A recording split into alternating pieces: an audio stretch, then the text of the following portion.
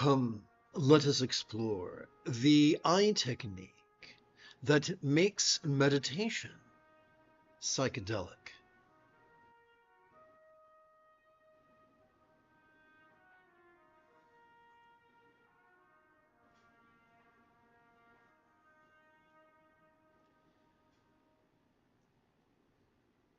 Opinions are like assholes. Everybody's got one.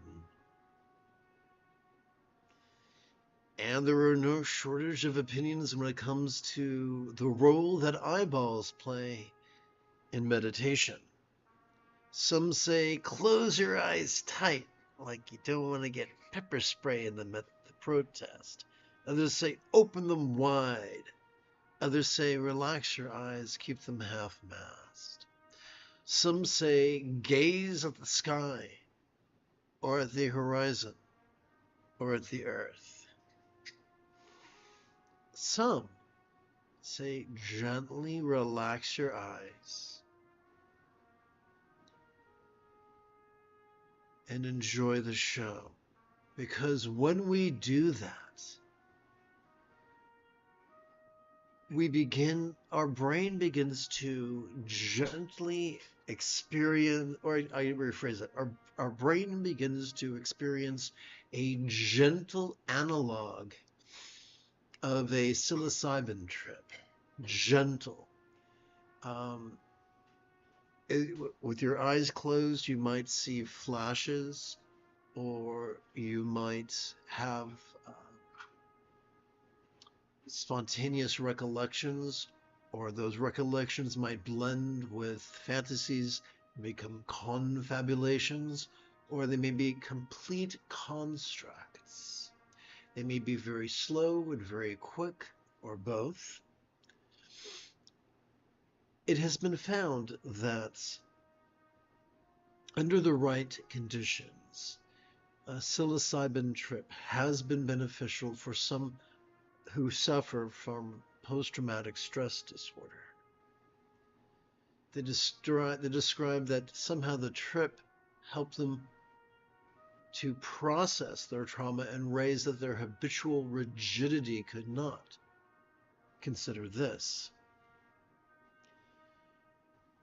The same neural pathways responsible for rigidity are also responsible for fear. Some would say it is merely correlation. Others would say, no, there is at least a little bit of causation going there. Fear can cause rigidity. Rigidity can keep us stuck in fear.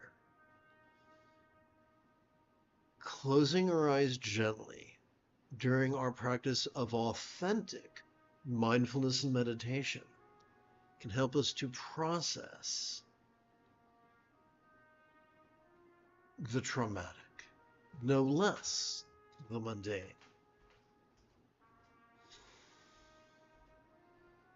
This is the Dzogchen Lama Jigme Gyatso of the Buddha Joy Meditation School.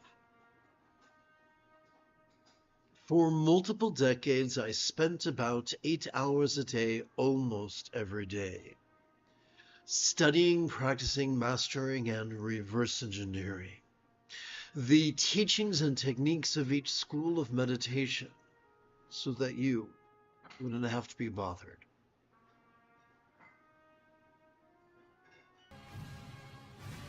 It is Obi-Wan Kenobi Wednesday evening. Come, whoopsie, here we go. Come, let us meditate like a Jedi.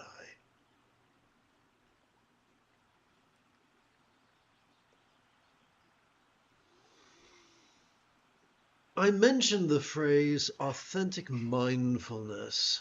What is that? Every time we inhale, whether we know it or not, we have evolved to automatically access the middle bit of our spinal cord, which functions as the core of the sympathetic aspect of our autonomic nervous system, which has evolved to help us to vulnerably, passively, viscerally, randomly, and fleetingly notice. To notice all mind's antics of perception. Seeing, hearing, feeling, tasting, smelling, and the like, including the full spectrum of human emotions, intentions, cognitions, recollections, and imaginings. All of them. From the external to the internal, from the physical to the mental, from the pleasurable to the painful, from the interesting to the boring, from the convenient to the arduous, from the glorious to the grotesque. This is the opposite of concentrating. This is the opposite of mind blanking. Concentrating and mind blanking will trigger our amygdala, the seat of anxiety and aggression. We're doing the opposite. We're noticing vulnerably, passively, viscerally, randomly, and fleetingly. But what are we to do with that which we notice? We meditate, of course. You see, every time we exhale, whether we mean to or not, we automatically access both the tippy top as well as the very bottom of that same spinal cord. These two regions, working as a team, function as the core of the parasympathetic aspect of that same autonomic nervous system. It has evolved to help us to rest, both physically and mentally, to such a degree that that which we watched during our previous inhalation could fleetingly feel, at least a little, less stressful, less permanent, less defining, and as non-graspable as a vast empty void. It would seem that a simile is only as useful as it is relatable. Therefore, we must ask the question, what? What is a real-world example of a non-graspable vast empty void? How about the illusion of the infinite azure sky on a bright and beautiful cloudless morn, which although could look tantalizing to the eye, could feel non-graspable to the hand?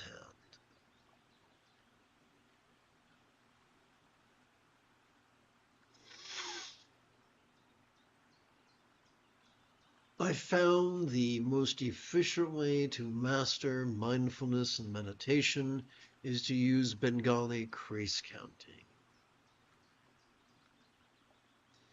We are counting repetitions of the essence of mindfulness, which is merely to silently and mentally recite the verb watch every time we passively notice air enter our nostrils, and to practice the essence of meditation, wherein we silently and mentally recite the verb rest every time we passively notice air exit our nostrils. No, Virginia, there is no requirement to do this 24/7, for that would be exhausting. It's enough to do it at least once every 12 hours or so, for as long as feels comfortable. How are we to keep track of our first repetition, our first solitary repetition of watch rest?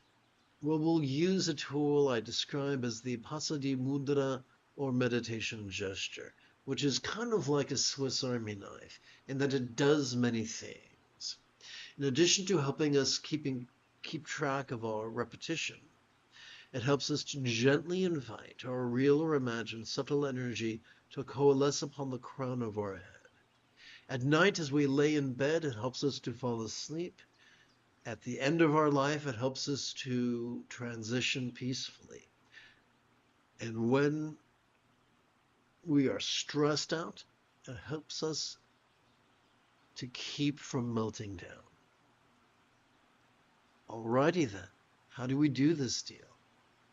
It's as simple as using the tip of our left index finger to support the lower knuckle of our right index finger, palms up in our lap.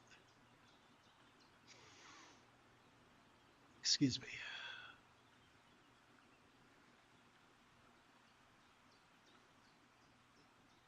Having counted our single recitation or repetition of watch rest, how do we count 12 more? Easy. I'm going to take a moment to do my impersonation of Kilroy.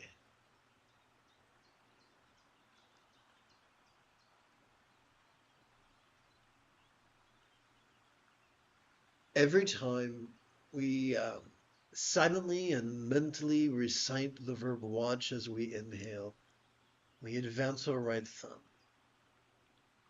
starting at its right little finger's lower set of creases, making our way gradually to our right index finger's higher set of creases. Together as a team, let us practice right now.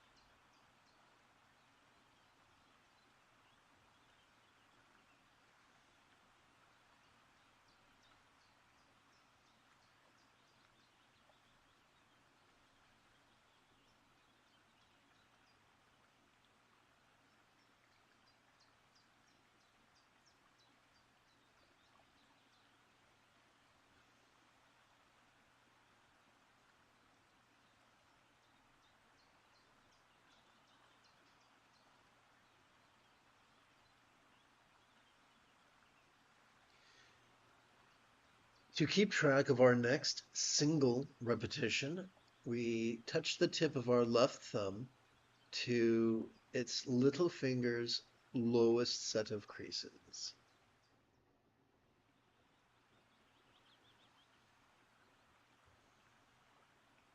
We return to our right hand and count another dozen.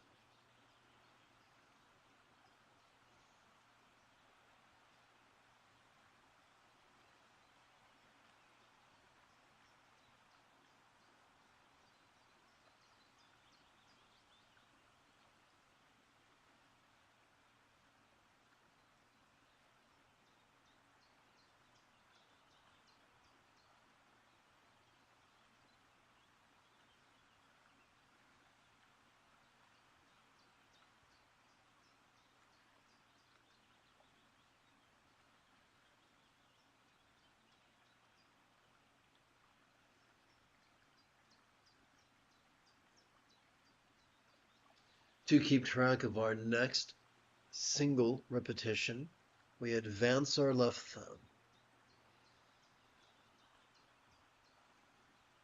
Now that you have a pretty good idea of how to count single repetitions and dozen repetitions, let us return our hands palms up to our lap.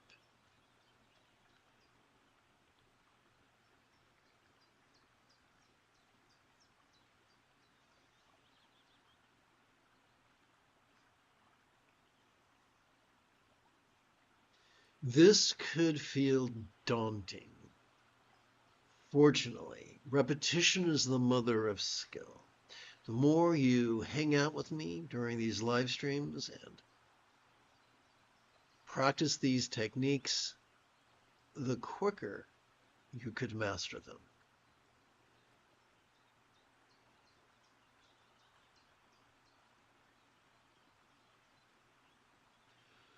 The moment you have a specific question about the philosophies or techniques that support meditation, do not hesitate to type your question in great detail in the chat window, for I tend to check for questions about once every 14 minutes or so.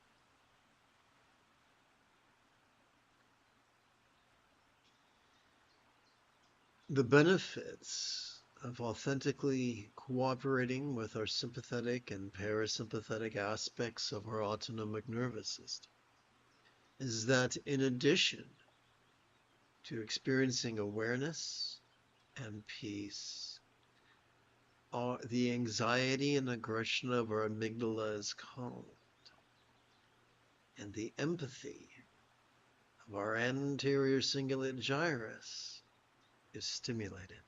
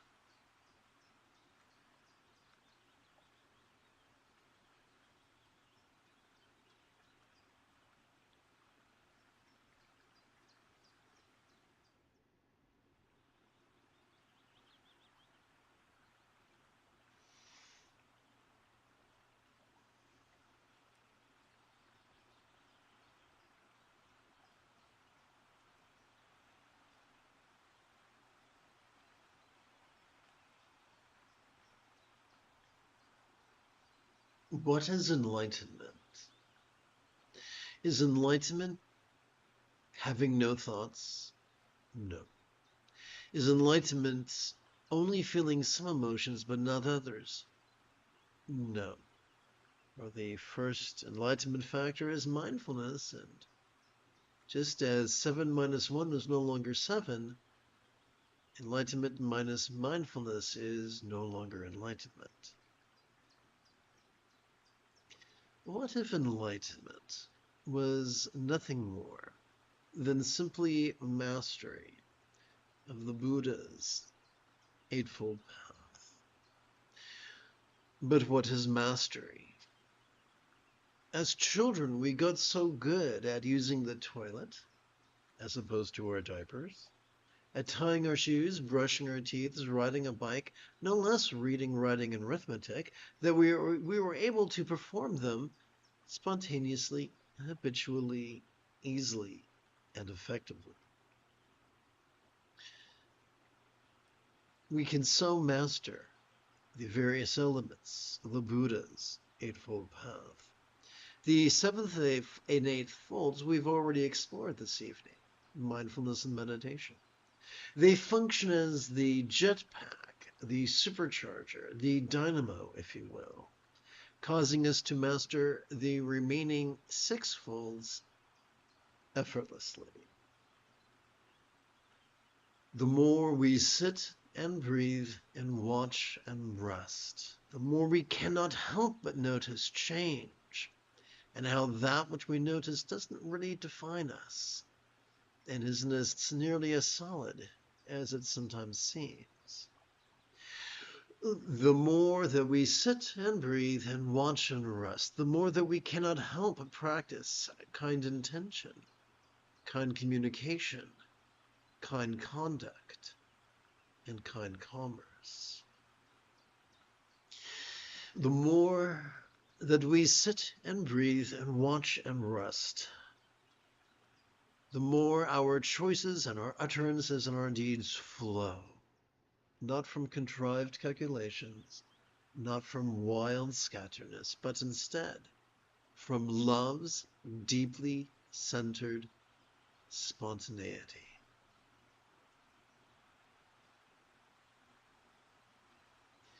Which is known by many names, such as right effort, or effortless effort, or doing without doing, or wu wei, or going with the flow, or being in the zone, or expedient means, or Buddha nature. These six treasures, the vault holding these six treasures, are unlocked with the 10 twin keys of mindfulness and meditation.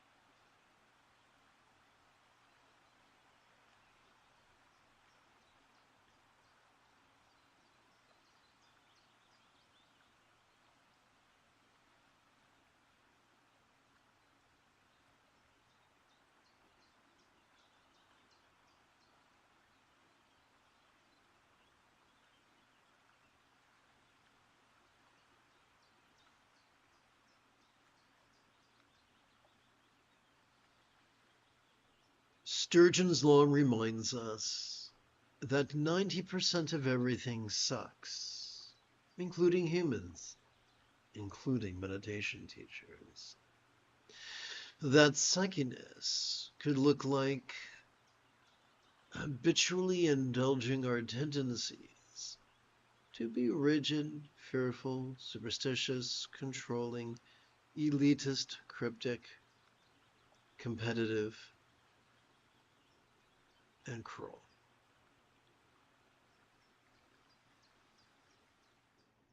These are the rigid, fearful, superstitious, and elitist people who want gurus to bless them. We don't need to serve a guru for multiple decades. In fact, in the second to the last passage of the Buddha's discourse on the four bases of mindfulness, he insisted that one could master this path in as little as 7 days.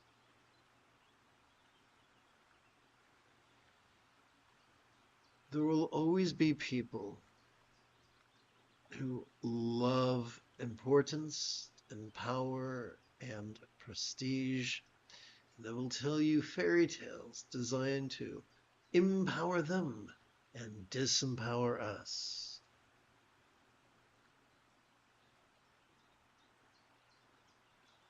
When we read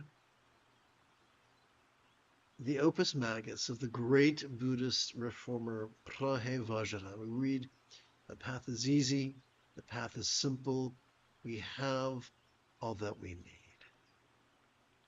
Our own body and brain is our ultimate teacher.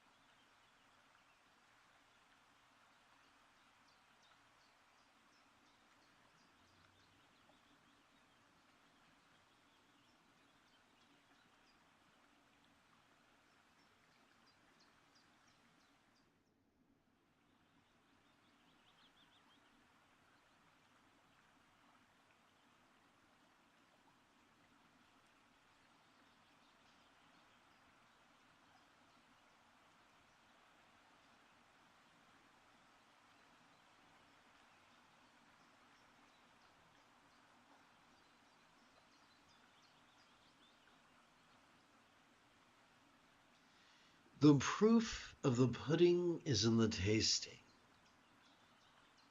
The test of a teacher is not how pretty they are, or famous they are, or wealthy they are, or popular they are.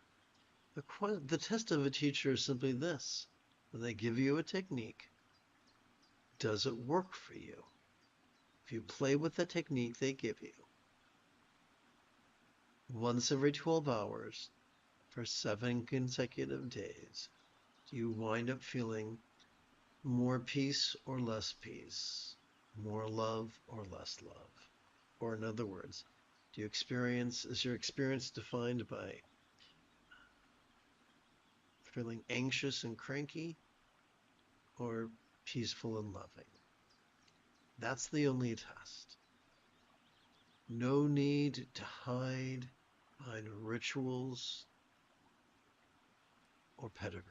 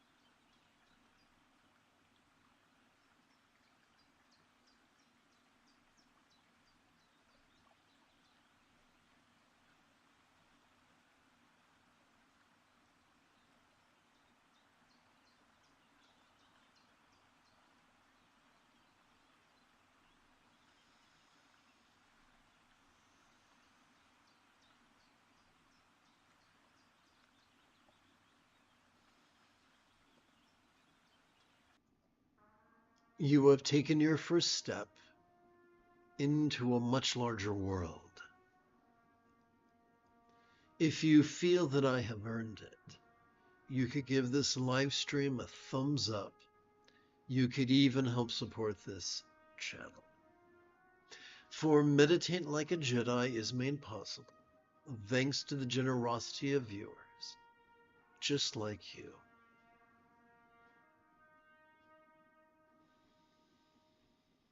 In approximately 11 and a half hours, I would very much like to return to lead tomorrow's dawn practice of Meditate Like a Jedi.